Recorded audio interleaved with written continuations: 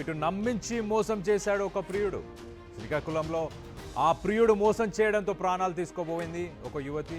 5 నెలల క్రితం ఆసుపత్రిలో ఒక పనుండి వెళ్ళినప్పుడు ఆ యువతికి ఆ యోగి అనే వ్యక్తి పరిచయం అయ్యాడు.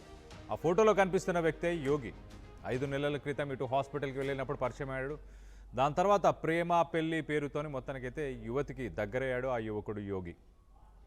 ఇటు ఉద్యోగం రావడంతోనే ఇటు యువతిని దూరం పెట్టడం స్టార్ట్ చేసేసాడు.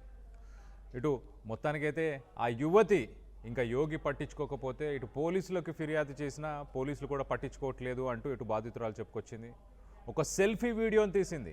ఒక సెల్ఫీ వీడియో తీసి తన బలవన్మరణానికి యత్నించబోతున్నట్టు, అలాగే పోలీసులు పట్టించుకోలేదు, యోగి అనే వ్యక్తి ఉద్యోగం వచ్చినప్పటి నుంచి తనని దూరం పెడుతున్నాడు అంటూ చెప్పుకొచ్చే ప్రయత్నం చేసింది. ఇటు ఆసుపత్రిలో పరిచయమై అదే ఆసుపత్రి పాలు చేసిందంటూ ఇటు మొత్తానికైతే కుటుంబ సభ్యులు కూడా కన్నీళ్లు పెట్టుకుంటున్నారు.